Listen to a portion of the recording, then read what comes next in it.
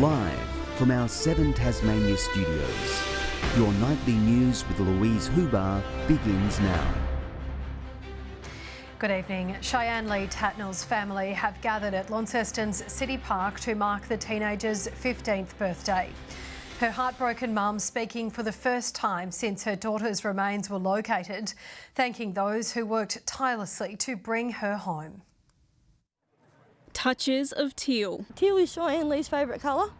Surrounded by community support, Cheyenne Tatnells' family mark her 15th birthday with a picnic in the park. I want to thank not only the Launceston community for coming here today, my family and friends in Burnie, the SES, police, CIB, Milana, and all the volunteers or anyone that helped with Cheyenne's case and helped me bring my daughter home. Her siblings remembering their sister. She was really nice. The fact she was a nice sister when she wanted to be, and a nice person, a nice friend. And also the times together they laughed so hard their bellies hurt. I was in her room and I put fake nails on myself and she put it on backwards and then she said, look, you've got backward nails. And I laughed so much because it looks so weird. The tributes left on the bridge where Cheyenne was last seen alive have also been removed. They've all been packed up in a box and I take them home today. And I can't thank the people enough who did the memorial on the bridge. It means a lot to our family. Now a heartbroken mother left issuing this plea. I want Cheyenne's legacy to make awareness of, hold your kids tight. Be aware of safety, being out after dark. The family remain in pain. Answers finally found 3 months after her disappearance. It doesn't make it hurt any less. While Tuesday is Cheyenne's official birthday, her family plan to spend that day in private. But for those wishing to say one final farewell, they're encouraged to attend her funeral on Saturday. This was not the outcome that we had hoped. But I'm a blessed mum to have my child, to be able to farewell her. She was taken too soon and she had a life ahead of her. Talia Jordan, 7 Tasmania News. We have some developing news now, and a man in his 30s has received serious injuries after an ATV incident this afternoon. Emergency services were called to a trail in the Ooze area after he hit a tree stump and was thrown from the vehicle. He was flown to the Royal Hobart Hospital by the Westpac Rescue helicopter. King Island tourism operators say their remote location is doing them a favour. Unique offerings are helping build a boutique brand with travellers looking for a change of pace and scenery.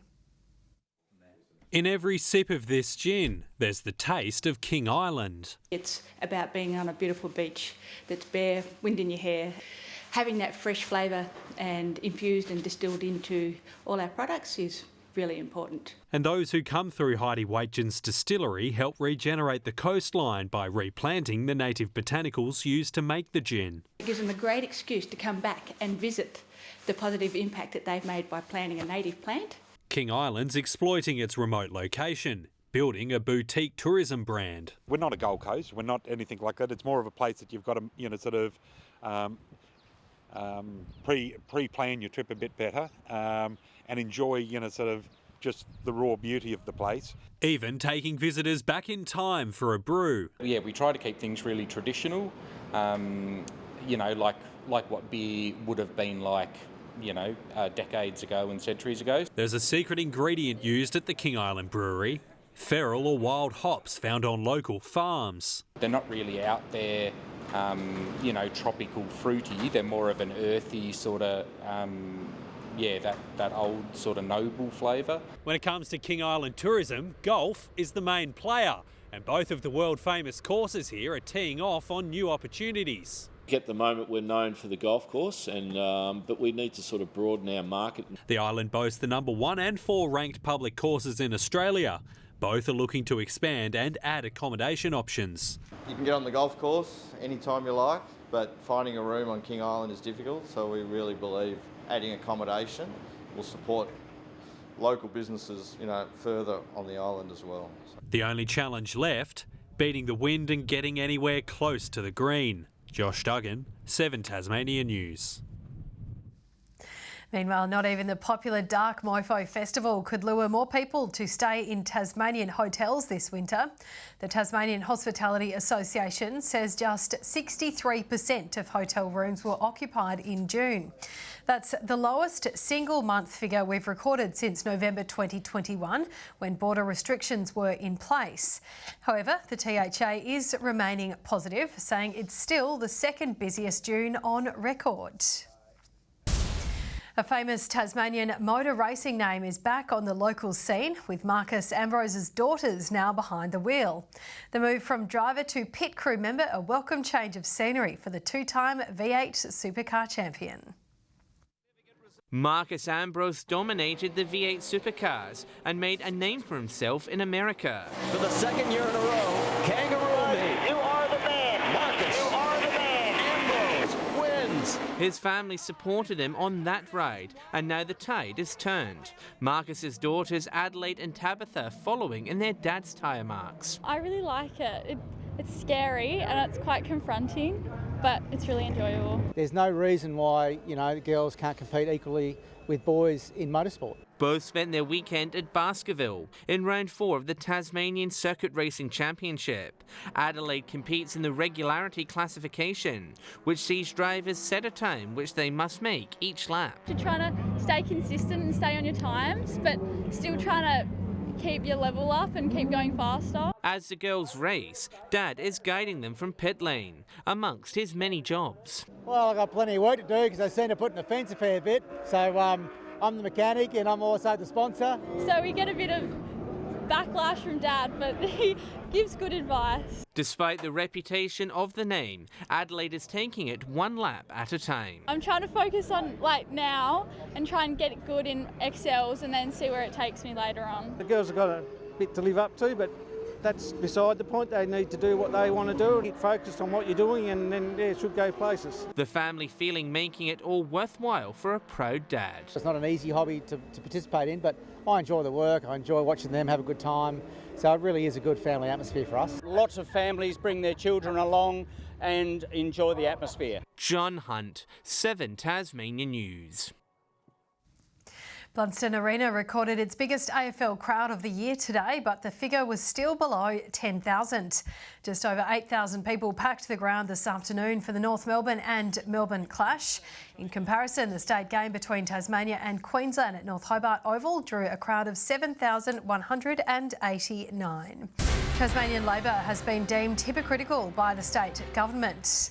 It comes after the opposition proposed a plan for Taz Tafe, which Guy Barnett says is ironic after Labor voted down its reforms. We're actually offering up a 6-month scholarship where you can get your qualifications to teach at TAFE. So that means that you've actually got someone working in trade with the qualification connected to TAFE. The government says it is recruiting more teachers and more support workers. Planned student accommodation is also expected to be available by the end of next year.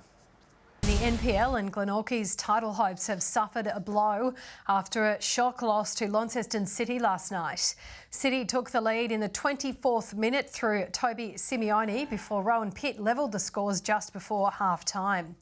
The game looked to be heading for a draw until James Hawes scored a late goal to give Launceston a win. In the WSL, South Hobart took the lead in stunning fashion inside the first 10 minutes. The Reds thumping Clarence 4-0 to move a step closer to the title. Launceston's Nathaniel Atkinson has had a winning start to the new Scottish Premiership season. He helped set up the opening goal for Hearts, which was scored by Utaro Oda. A late goal from Lawrence Shanklin sealed a 2-0 opening day win over St Johnstone.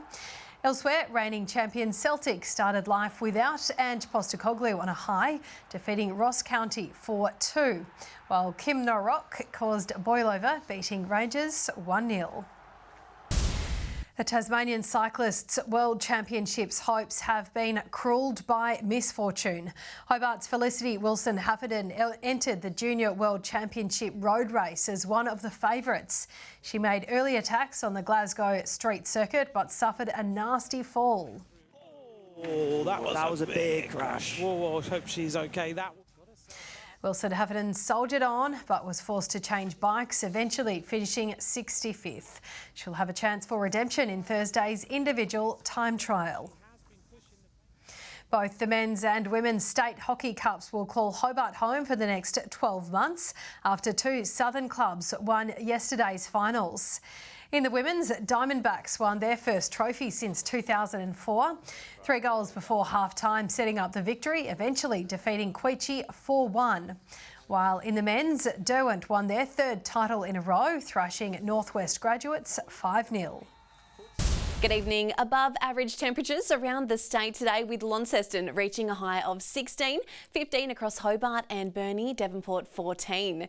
17 was the state's top in Friendly Beaches, Strawn and Grove 14, and 13 in Low Head.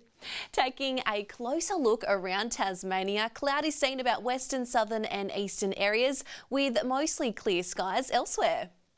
Further out, a weakening frontal band lies near the New South Wales north coast, with another cloud band to the south of WA.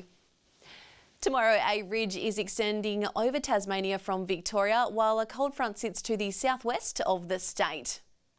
Westerly winds tomorrow 10 to 20 knots, swells up to 4 metres in the west and south and reaching 1 metre in the north. Tomorrow's forecast now: Hobart, partly cloudy, Dover, a possible shower, 15 in Ooze. In the north, Launceston 15, partly cloudy across Devonport and Scottsdale. Burnie and Stanley tomorrow 14, showers in Strawn. St Helens 15, becoming cloudy in Swansea and 14 in Ross. Looking ahead to the 3-day forecast now: Tuesday, fine apart from light showers about the west. Wednesday, showers about the northwest extending to the west during the day.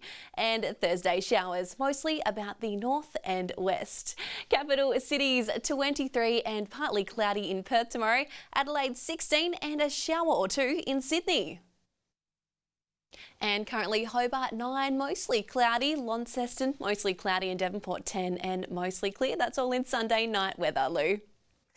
Lovely, thank you very much for that, Jackie, and have a nice week. That's all your news for now. Thank you for joining us tonight. Kim and the team will see you tomorrow. Good night.